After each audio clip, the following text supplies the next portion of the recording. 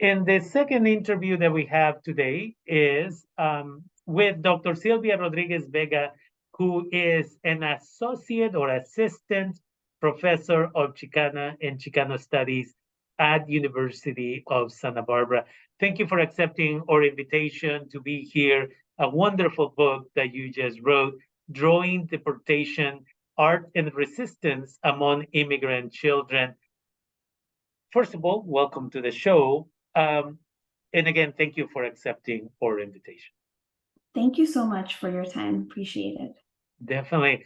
Can you tell us a little bit about your book? It obviously has to do with the experiences of children in Arizona and California, and we'll talk more about it affects all the children in the United States.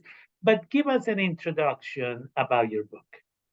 Yeah, so this book came about in 2008 when I was working with young people in Arizona at a community center. And I started to notice that children in this area were very impacted by the immigration rates that were happening in the community. And so I used the opportunity when we were creating art, we were going to do a mural. And I asked kids, what do you want this mural to be about? And one of the kids said, can we make it about peace? And I said, that sounds great. But I asked, what does peace look like? And that child responded that peace looked like Sheriff Joe Arpaio shaking hands with a Mexican. And that really resonated with all the other young people because children would come into the center saying that they haven't found the uncle or that the dad was missing and that the sheriffs have taken somebody in their family. And so they saw this as an opportunity to express these worries. Unfortunately, they didn't let us do this mural at the community center because it was too controversial. But I asked kids, tell me why this matters to you. You can do a drawing, you can write a poem or a letter. And the drawings that I gathered that day were so impactful that I committed to making sure that as many people as possible would see them. And so I later repeated this project in California, and that's both of these places led to this book. Definitely. And again, it's really, really important for us to listen to children. A lot of the time, as teachers, as administrators in the K 12 system, we see a kid who's just fidgeting and starts talking with a neighbor and gets up and goes to the, whatever in the back of the classroom, whatever the situation is. And we come from the point of view of you're not following the rules, there has to be a punishment rather than asking, is everything okay? What is bothering you? How can I support you? Right? Because the other thing that a lot of these kids have not been trained to do to a certain degree or taught to do is how to properly ask for support.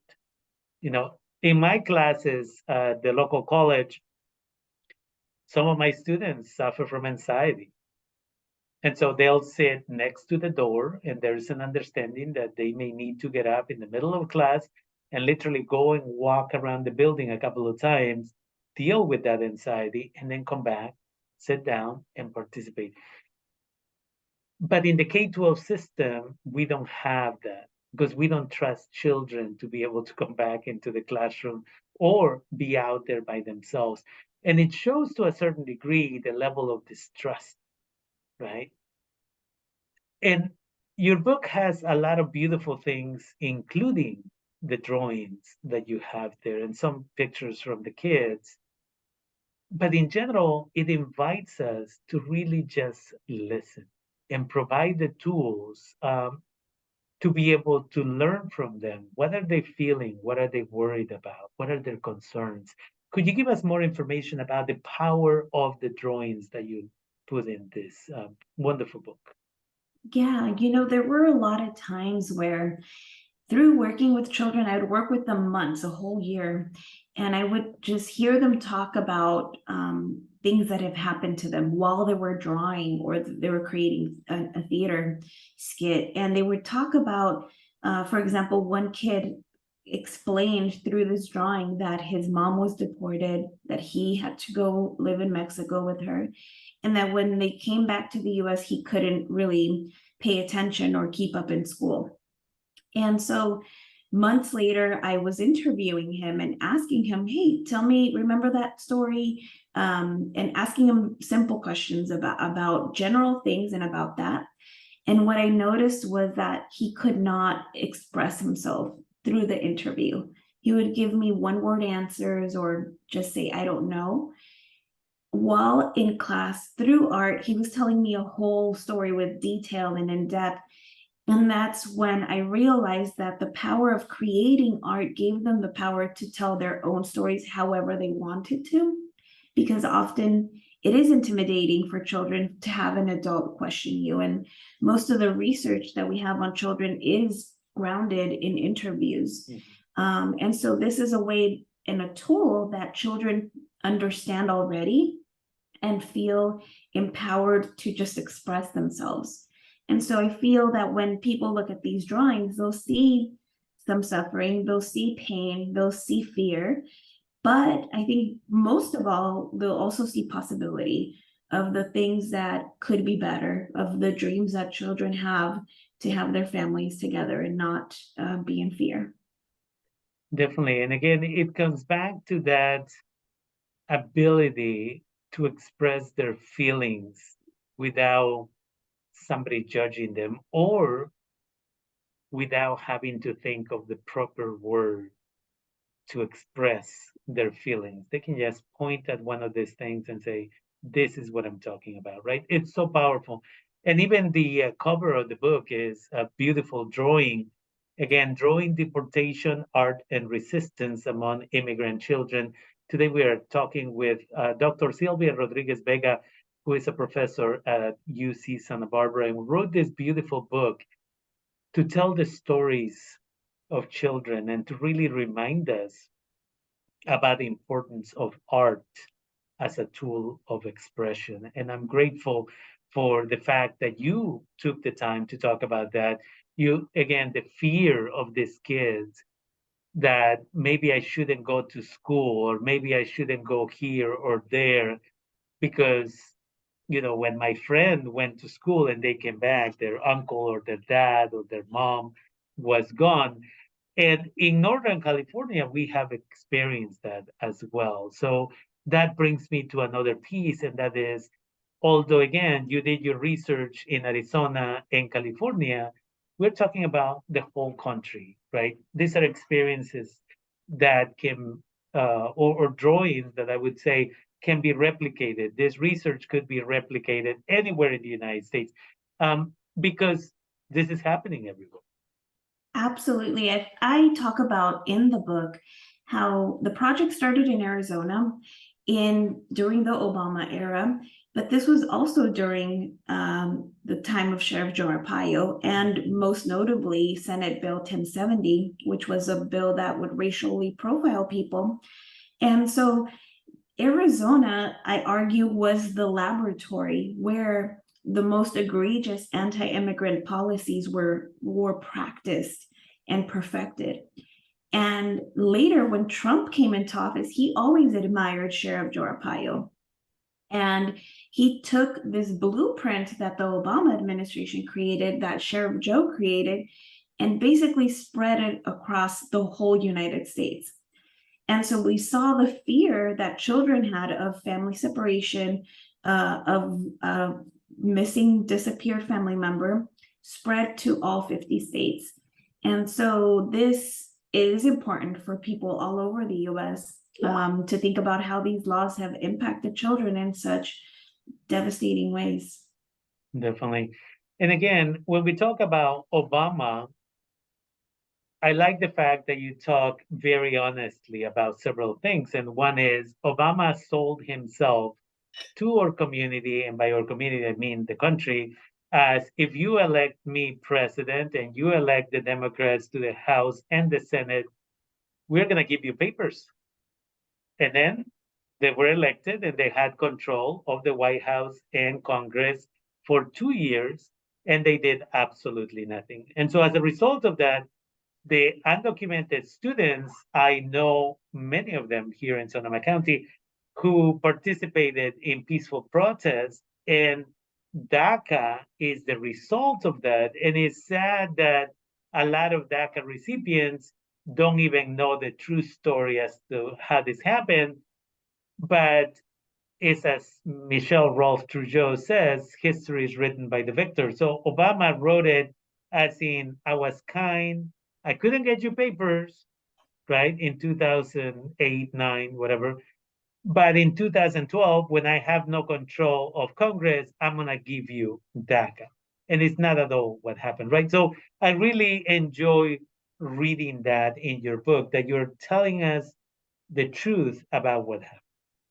Yeah, Rafael, you're exactly right, because it was due to the pressure of undocumented youth organizing that pushed for DACA to happen. And that is unjust, because we were waiting for an immigration reform within the first 100 years. And so that didn't happen. And instead of legalizing millions of people, he created a system that basically would detain and deport the quote unquote most dangerous criminals. Mm-hmm. But what ended up really happening was that through police ICE collaborations, the 287G agreements, that's what they're called, this basically created an immigration system where local law enforcement became border patrol, became immigration officials. And so any interaction with any highway patrol, police, any authority of that kind, created an opportunity for detention and deportation. And so what we see now was that the Obama administration gave the Trump administration the blueprint of how to deport people in mass. And all we got was border enforcement, border militarization, and effectively, Trump ended asylum processes. And what is most unfortunate is seeing Biden support both of those policies, restricting asylum, restricting immigration, and the DREAM Act is up again this year, and so who knows what will happen with that. But even DACA is in limbo often. So this is all something that could have happened a totally different way if Obama had acted otherwise in 2008 and 2009. Exactly. And as you mentioned, right now, Biden is extending Title 42 um, and basically violating international law using a virus situation that is no longer seen as an emergency, but he's going to extend it just for that, which means that, again, kids are going to continue to suffer. Kids are suffering at the border. Kids are being turned away, right? And now they want to institute this policy of if you have to cross past one other country to get to the US, um, you're going to have to apply in your home country for asylum.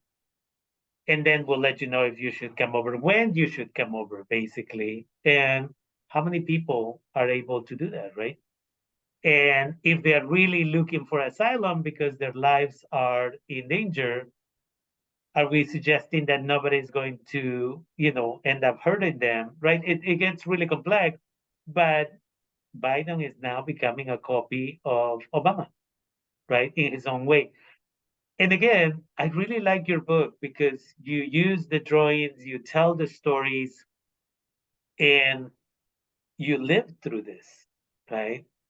You lived through this in Arizona, SB 1070, which was a copy of Prop 187 in California. The only difference is in California, it was never implemented because it was appealed immediately or it was challenged immediately, and it ended up in the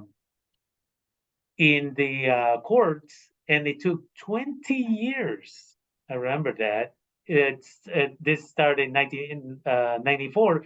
It wasn't until 2014 when the U.S. Supreme Court just said, we're not even going to bother listening to this.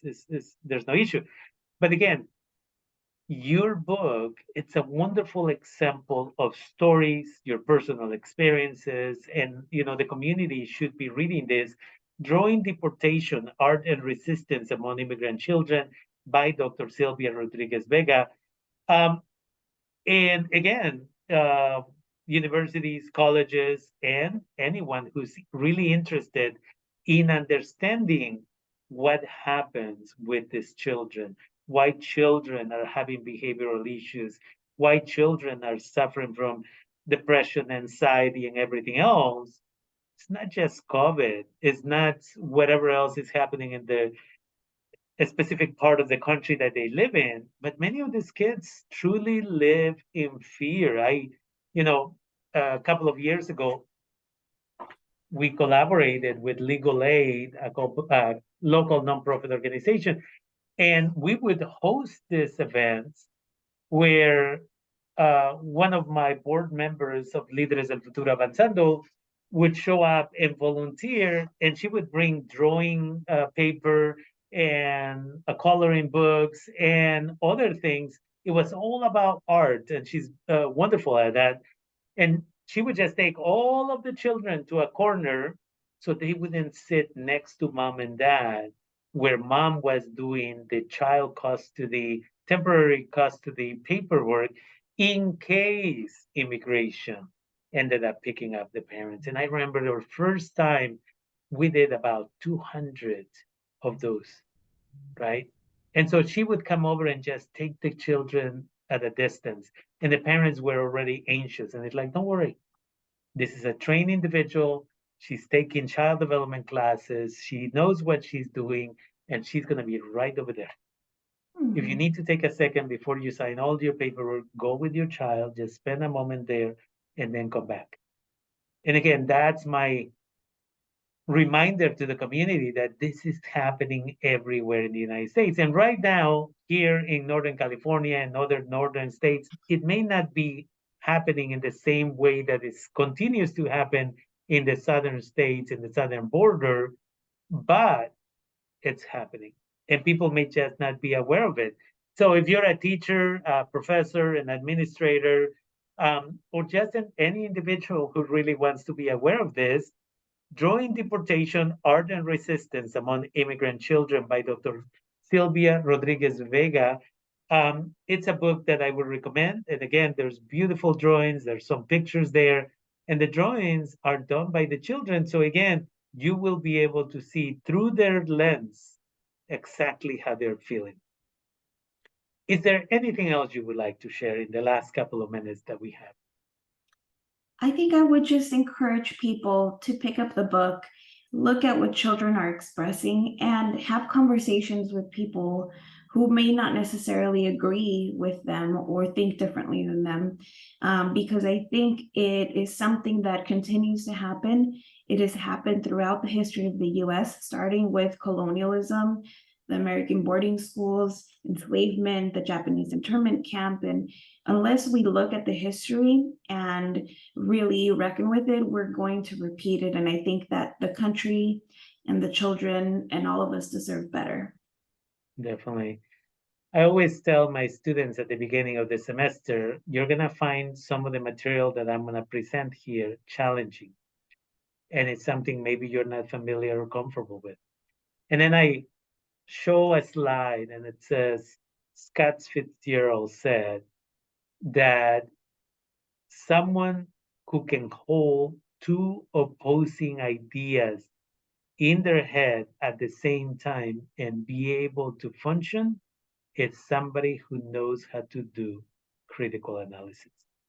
And in this country, you have an idea and I have a different idea, and we just don't get together and talk because I don't want to hear somebody else's idea, which means we are not doing critical analysis. So, with that, I want to thank Dr. Silvia Rodriguez Vega, the author of the wonderful book, Drawing Deportation, Art and Resistance Among Immigrant Children. Thank you again for being here on the show. And I hope that somehow we can translate this book and make it available to larger community members, especially our immigrant and refugee communities. Thank you for your time. And again, I wish you the best. Thank you so much, Rafael.